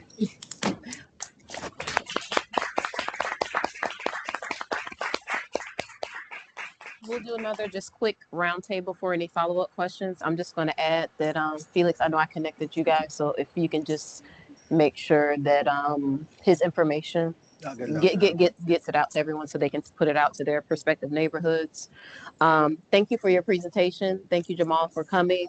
I just felt like this was very, very important going into the summertime because there's so much for them to get into, and there's access to something so much more positive where they can get good positive exposure. The other thing that I wanted to share, you don't have to go into a whole lot of detail. Maybe you can share it offline with them, but don't you have the lifeguard training as well, and they can earn money for that as well? Is that you? We did. So the lifeguard training we started hiring. By the way, just for a point of reference, at age 15, we started hiring lifeguards. 16, we start hiring our seasonal recreation leaders, which are the ones who work at summer camp. For the lifeguard portion, the American Red Cross in the city of Tampa provides the certification training. So not only can you receive the employment, you can achieve that certification through American Red Cross. It's free.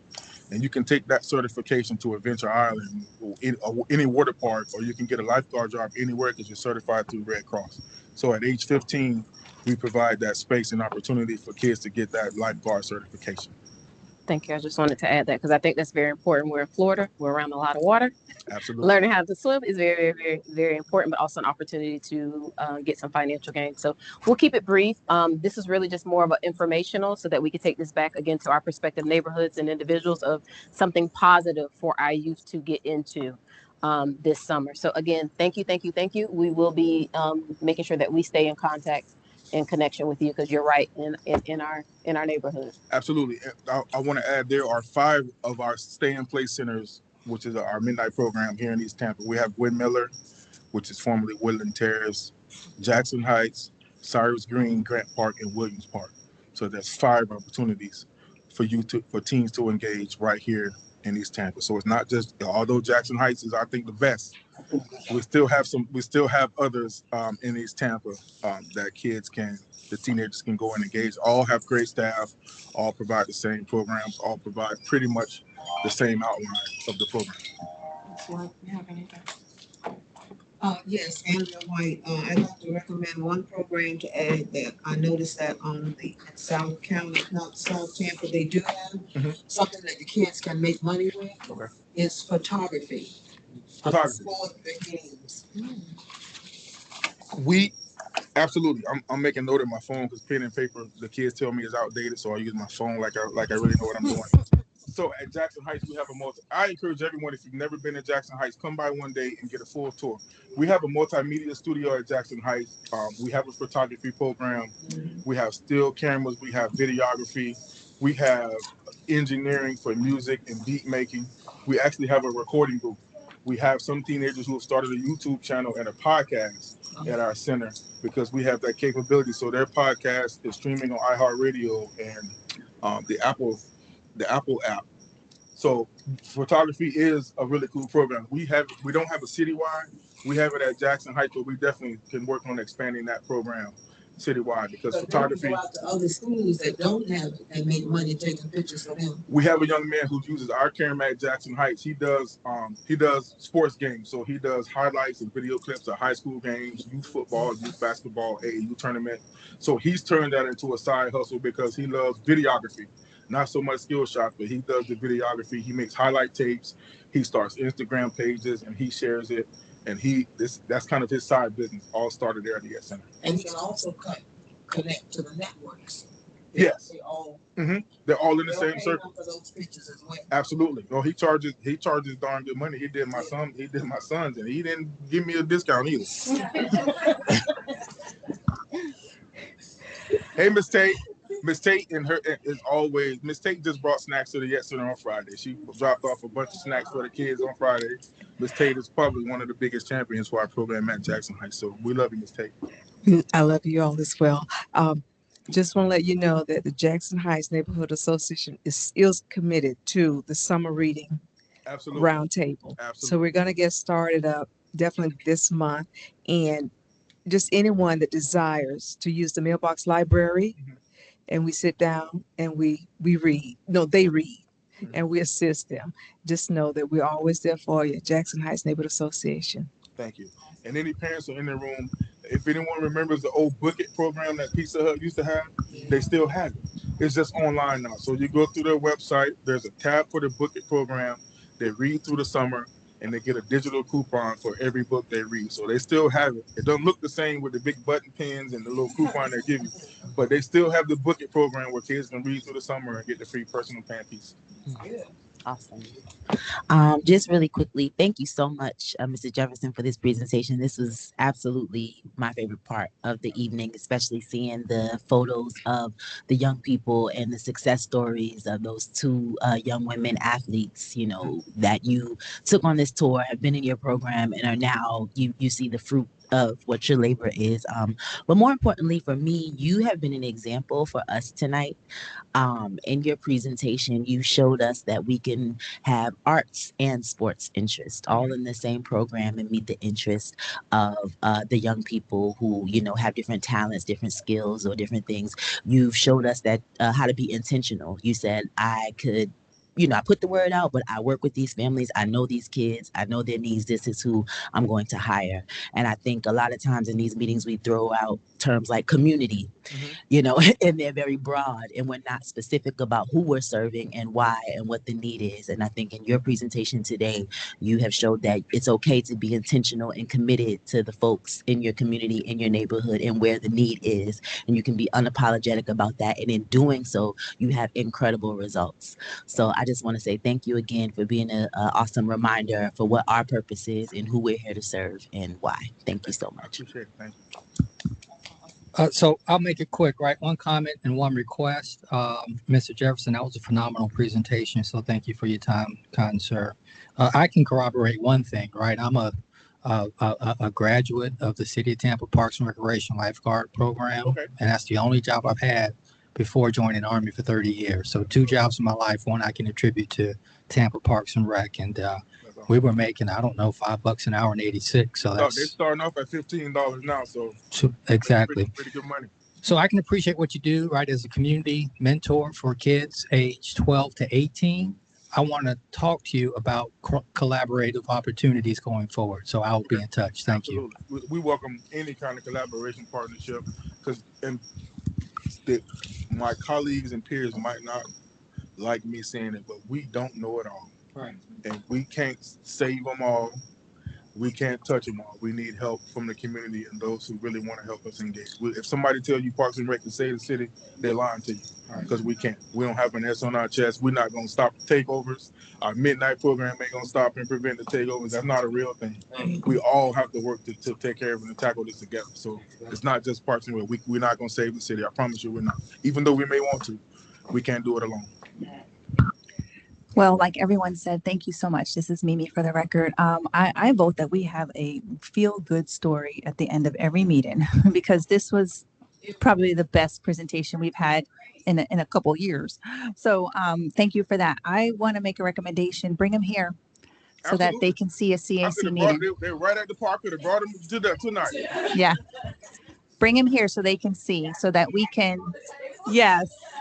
If you got snacks, you win it, I promise. If you got snacks, they'll win it. We got Miss Tate. Miss Tate's got a special place with us. She brought the snacks on Friday, so Miss Tate's their favorite right now. She brought the tall Power A's. I used to bring the shorty. She brought the 12. Miss Tate's, she's the fan favorite over there right now. I think it's important for us to build our future leaders. So if you start bringing them here, they can real talk and they can see what's happening in our community. And hopefully by the time they're our age, we won't have these problems. I have one request of you all too. I want you all to come to their space. Absolutely. Absolutely. Let us know when. Are you going to bring snacks, Fran? She set the bar high, so whatever y'all bring got to be. She brought cupcakes, Powerade, chips. She brought the good stuff and name brand stuff. So she set the bar high. So huge thank you for this presentation tonight. It was absolutely wonderful and really fantastic to hear about the success stories. I do want to say thank you, because one thing that's not particularly covered in this is that Tampa Parks and Rec, at least in my experience, and I have teenagers, so teenagers in East Tampa schools. So you guys have done a phenomenal job at going to schools to outreach, to let kids know about the lifeguard opportunity, to let kids know about this opportunity, to let kids know about stay and play. All of that makes a huge difference, because the message getting directly to a teenager from someone other than their parent is absolutely critical. So thank you. Thank you. Parks and Rec has been fantastic. Thank you. Thank you. Awesome. Online, do we have any comments from Mr. Jefferson? Dr. Johnson, Ms. Gaines? Mr. Jefferson, this is Dr. Johnson. I'm so sorry that I'm not able to be there in person to hear this presentation, and I'm not for sure if I had the opportunity to meet you. You are doing an amazing job. I hear your passion for our children, and I want to celebrate you in this moment. June is Mental Health Awareness Month for men, and I think your level of passion and being able to support them speaks to your mental health. And I want to make sure that you're taking care of you. You have all of those young people over there. Don't forget you in the process as you're trying to change the lives of so many young men and women, that you remain healthy, emotionally stable, and fit to make sure that our children have exactly what they need in the community. As you may know, many of them don't have fathers, and you may be the closest thing to a father figure that they may have. So I want to see you winning and thriving, and I look forward to meeting and connecting with you once I return. Absolutely. Thank you for those kind words. I appreciate it. Ms. Gaines? That's not Lakeria Gaines, is it? If that's the Lakeria Gaines, I'm out. You know what? If that's your wife, I know who you are then. Yes, sir. Lakeria We got to talk. Hey, man, we got some crossing paths from times past. Absolutely. Okay, buddy. Okay, I see nothing online. If not, we have all of your information again, Jamal. Thank you, thank you, thank you. Those were very wonderful highlights, and we will not be strangers. So the door is open for communication, visits, and all of that to cross path both ways. Thank you for all of your service within our community. Thank you all. We appreciate it. Anytime. There is an open invitation for anyone to come by Jackson Heights anytime. You don't need an invitation after the day. Come by to our facility, meet the staff, engage with the kids, and like I said, we need the community's help as much as the community needs us. We need the community. Sure, for sure. And please share that presentation with the. Okay, we'll make sure for the record, we'll make sure Mr. Jefferson emails that to Felix, and then Felix will share that presentation with us. Awesome, awesome. So moving right along, we have two more items. The next one is just, and they're actually just discussion. So no action is going to be required for the sake of efficiency. We'll just do another roundtable for each of those topics. The first one being the community engagement planning. This was something at our last meeting where we were just kind of starting initial conversations of what we can do more of. Felix definitely did a really good job of supplying a layout, an outline of, again, that's just proposal. It's not finalized. It's just really to kind of help get your juices flowing. So hopefully you guys have had an opportunity to review that, and you may have some great ideas that we can share. Ms. White? You pass? Okay. Ms. Tate? I will pass. Okay. Ms. Winters? Okay. Ms. Quarles? I think it's great. Thank you for the layout of even the room and the flow and how things would go. I think it's necessary. And I would hope that it wouldn't just be a one-time thing, that it could be something that's maybe even quarterly or bi-monthly. You leave it up to me. I'm like, once a month. Well, we do it quarterly. Yeah. We could do a big one to start. Yeah. Shorter session. Right. To make part of the regular business. And then, yeah. Right. And I guess, it will be, our own individual organizing work to get the bodies in the room. So I would just, as we move forward, encourage that to get folks in the room. A lot of the members of the CAC all belong to an organization there, sort of, or two, or three, some of them. So, yeah. Yeah, and I mean that's when just when I say organized, I mean as organizers in our neighborhoods, residents, folks, these young people, folks who usually aren't here, who I remember being here at one point, who've never been in the room at all. Again, I think a lot of the dialogue is, some people don't even know where to start in terms of how to engage, what questions to ask, why is this relevant, why should I be in the room? But I think we're starting at A with something like this, so I really appreciate that. I know, I can see that. Yeah, we're right here. It was fun for me to actually think about people coming in. Yeah, this is great. So I appreciate the preparation and the comments that you shared with us in organizing. So thank you for that. I'll just say in addition, kind of to Janine's point, I think each community has a personality of its own, and we got to meet residents where they are. So that means we kind of got to flood the mediums, right? From print to digital to word of mouth to out of home to whatever else exists. What works for South Tampa may not work for Belmont Heights. What works for Belmont Heights may not work for Jackson Heights, and so forth and so on. So, but this is a great start. Thank you. And as you are all in the neighborhood, I can supply all the tools and we need everyone's help to get the word out there on the street, on the ground. I could do social media, I could do the yard signs, even the old fashioned door knocking. Yeah.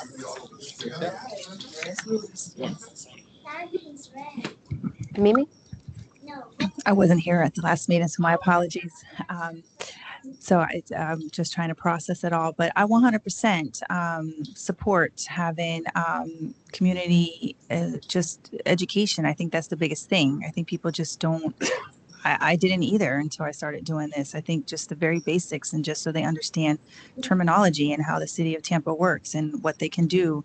A lot of people think that they have to show up to meetings, but you can be a community advocate, agitator, activist, whatever you want to say, from all All of it sometimes. It depends on the day.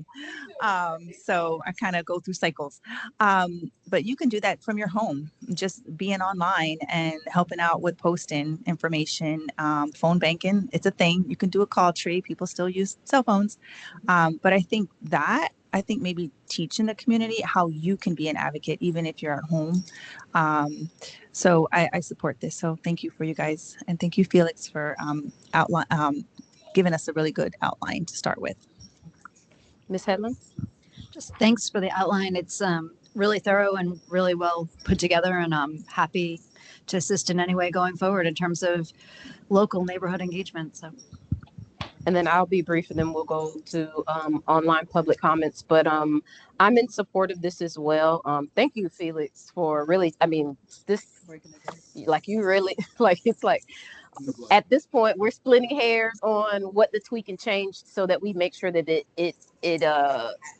happens, number one, and it's us. So I just think that if we're going to move forward on this, we must ensure our priority in focus is centered around removing participation barriers. So I'm hoping that this in place is going to help with that, and that we're capturing diverse resident feedback in real time, because we know we've had challenges that we've spent a lot of money on stuff, thousands of dollars, with low or no participation. So this is another effort to do the simple one-on-one things. And then also with all of that, the goal to be established long-term trust and also some accountability as well, because we know that everybody wants to see motion. So those are the big things. Just a few little pointers. I was just going to say on engagement, as Colonel stated, deploying all physical, everything that we can possibly do. So comment cards, QR codes, word of mouth, flyers, all those things are going to be important. I think I love the ideas of the breakout groups, because some people are not comfortable with public speaking and things of that sort. So this gives them an opportunity to kind of let loose. It doesn't feel so extra stiff and formal. So I think that maybe if we can create in those breakout groups, have ACA member, CAC member paired with community members, and give that they don't know, and give them a facilitator guide so that the discussions are small and interactive and productive. And then also maybe some type of worksheet on the table where it's priority, challenges, improvements, and communication. And then that way we're being productive and fruitful with our time. Also make sure there's an opportunity for recaps. And I'm not saying that none of this stuff is not in there, I'm just off the dome. Making sure that there's a dedicated time so that after we have a discussion and maybe all those cards are filled out, that the discussion happens on large. So all of that information is being shared in real time. And then any extra things, so flip charts, any little miscellaneous, cool, creative, fun, interactive things that we can do in the moment to make sure that we're recording everything in real time. We talk making also barrier removal in regards to schedule, making sure that in the planning phase that we're being strategic about what time of day, what day it happens, because that's also another big challenge. People have work and all kind of things, so that might be a little challenge, but we just got to figure it out. So we got to figure that out. And then also creating some type of incentive. Refreshments. I know we spent a whole half hour last time talking about food, and I was like, food is happening at this next meeting, because we are coming off of work schedules for the community and us. You know what I mean? And if there's any other local organizations that we can partner with that can help facilitate whatever to get there and make sure that people are in seats and participating. And then lastly, just on accountability and feedback is maybe publishing some type of summary report that goes back out. That's important. And then I'm in agreement with you, Ms. Quarles, and just maybe trying to figure out how that's a permanent thing. I know that the meetings are monthly, whether that's quarterly or annually, but have it something to almost be like a temperature check for us. And just that accountability and, checking off what happened, what didn't, what worked, what didn't, you know what I mean, type of thing. So I think this is a really great idea. I'm sure we're going to have further and more discussions, especially when we have all of us here. So I just challenge you guys to go back in your quiet time, because I understand that this is, like I said, pro bono. We all have lives as well, but just try to think of some other creative ideas of how we can tweak this program and maybe figure out a rollout potentially before the year is out. so that the community really sees that we're doing our best. Like, we don't have the final say on everything. We're just an advisory board, but we're doing everything that we can to extrapolate all the information, the feedback, so that we can put it in the hands and try to push it forward. So that's just my little tea on that. But thank you so much. This was awesome. Miss Miss Gang's gone. Yep, Miss. Oh, Miss. Oh, she's there. Miss Gaines, did you have any feedback on the community engagement strategy? I don't think so. Okay, she may be. Oh. Last item for discussion, so that we can hopefully wrap up out of here, is the Gator Building, our FQ update. Felix, you wanted to share? I just wanted to, so for transparency, I had to adjust.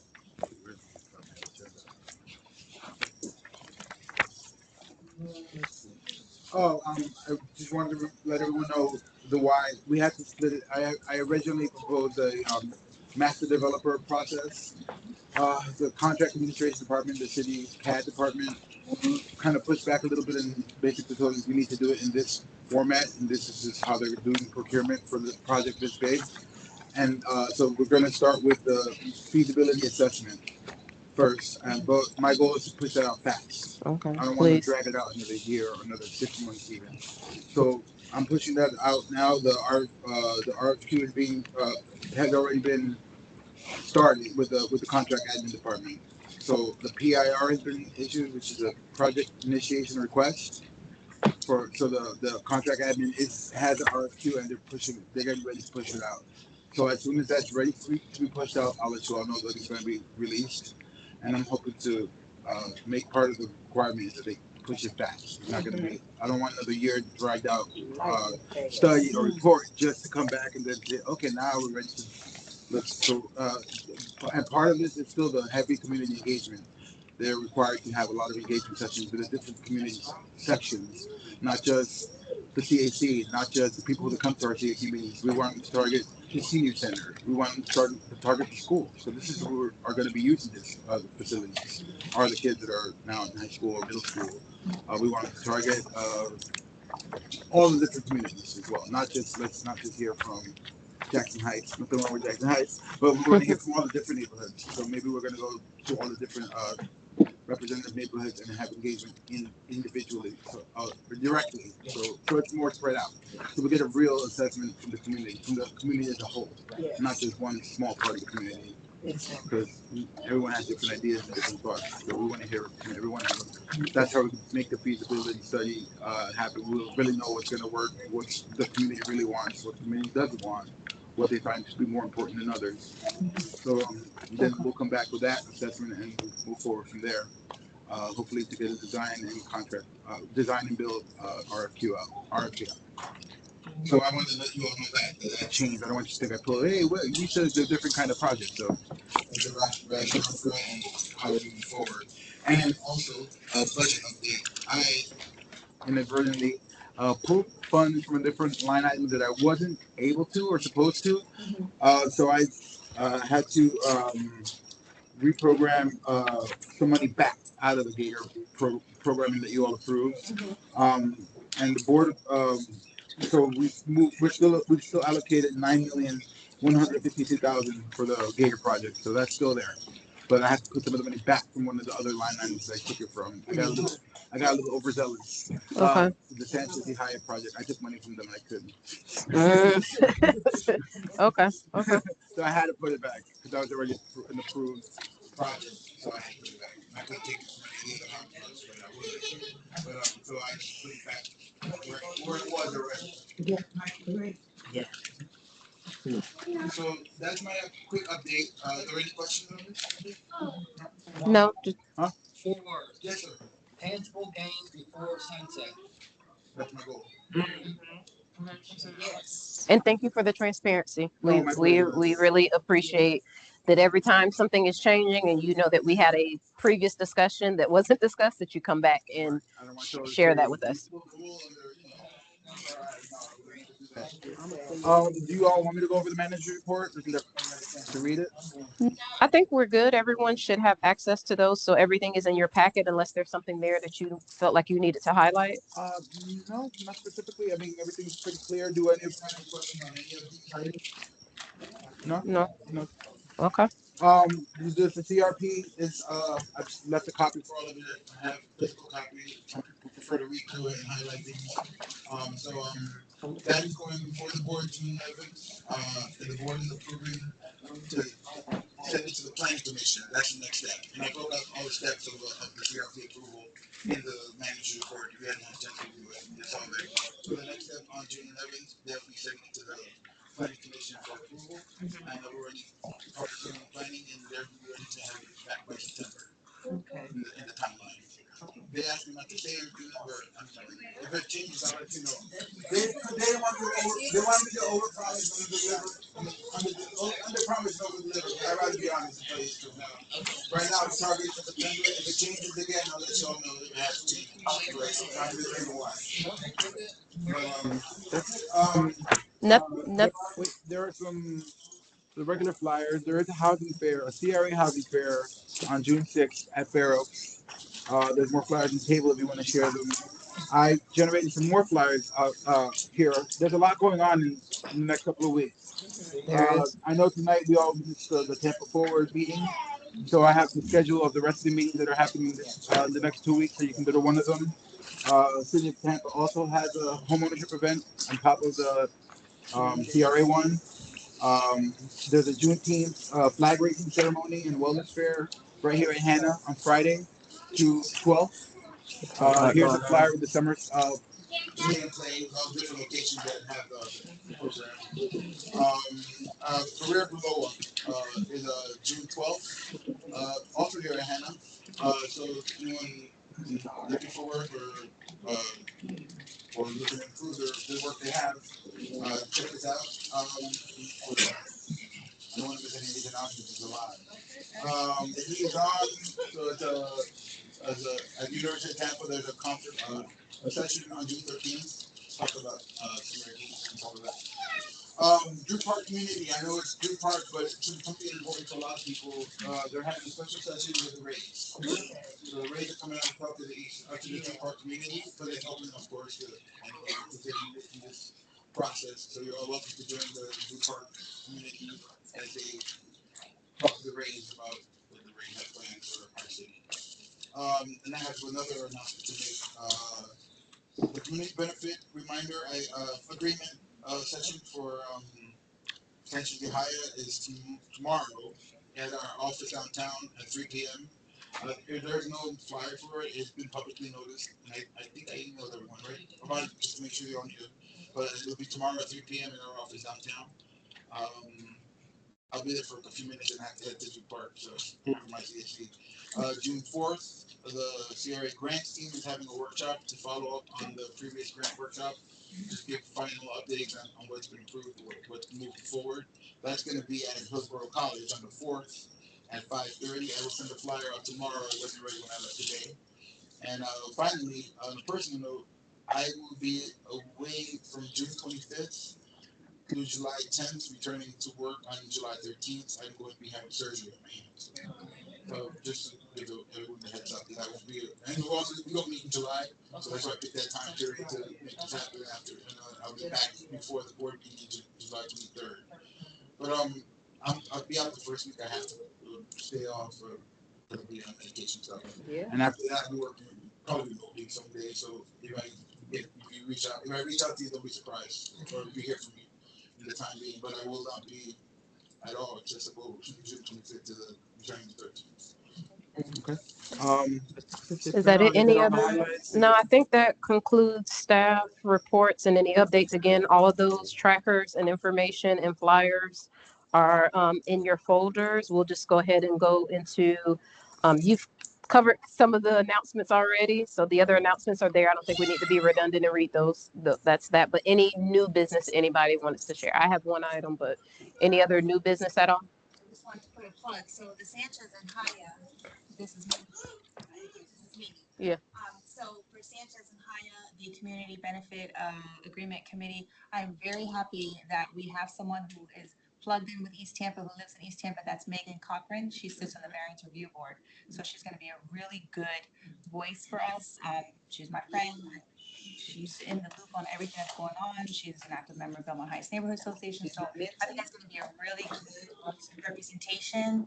And then I also know the other woman too as well, who is going to be on that committee too, and she's very business oriented and very plugged into the community as well. That's Heather Hayes. So I'm finally happy that they got that approved because they applied last October. And I really wanted to make sure that we had representation and whoever is there, they understand what's going on in the East Tampa CRA. And those two really have a good handle on that. So I just wanted all you guys to know, I think we're in good hands for them representing us. Awesome. Awesome. Any other updates, Ms. Headley? I do have one item, and it's specific to a few years ago. We updated the overlay. We had ADUs rolled in specifically for East Tampa, a little bit different and a little bit ahead of everything else that happened citywide. So East Tampa is one of the few areas that ADUs are allowed. I happen to see them trickle in now and again when we get notifications about special use applications and stuff like that. But I did do a little bit of research over the last few months looking at other programs around the country, specifically as they pertain to ADUs, that make them more readily available to folks that, that have the ability to put an ADU on their property. A couple other locations like Gainesville, New York City, Orlando, Seattle, all have slightly different models, but have either pre-designed plans or streamlined financing for folks. And so I think I would love to see the CAC look at how we can maybe incentivize, but maybe streamline the process, or at least have some pre-designed plans ready to go for people so it's easier to take advantage of that. One of the big reasons why that ADU got rolled into the overlay was to create kind of an opportunity for increased density, but also to expand housing options and allow things like aging in place and multi-generational living, all those things that could potentially help folks that already live here in East Tampa. I would love to see, and I'm not sure what kind of motion, but maybe going forward, I just want to put the idea out there that it would be great to look to see if, as a CAC, there could be some recommendations going forward into how maybe we can help create a model to, right. Any other updates or new business? I'm sorry. In addition to what Ms. Holman say, I want to make sure that it is handled the same way as they're handling West Tampa. I don't, at one time they had talked about taxing additional dwelling in East Tampa. So I want to make sure we're working the same on both sides, or we get the same respect, because I don't think it's fair, to tell us who has to be in on whether we pay taxes or we don't, because it's not handled in West Tampa and other parts of the city. So let's consider that as well in what we're doing, but it's an excellent idea. Sure. Anybody else? Anything? The only other thing that I have for new business is my nonprofit is doing its 6th annual scholarship giveaway. So I do have a few flyers in case you know any graduates. Share the information, submissions. I'm accepting them. Friday is the deadline. It's very easy. I've had the pleasure of giving scholarship to some East Tampa graduates over the years, and it's not just for them to go to college. I've had the opportunity where they use that funding to go get their CDL license, and now they work for waste management. So certifications, whatever, higher education, but just creating additional opportunity and support. We've been talking about opportunity all day today. So I have a couple flyers. If you know of any graduates, any parents who have graduates, the deadline is this Friday. Can I say one thing? I wasn't sure if we can announce events or.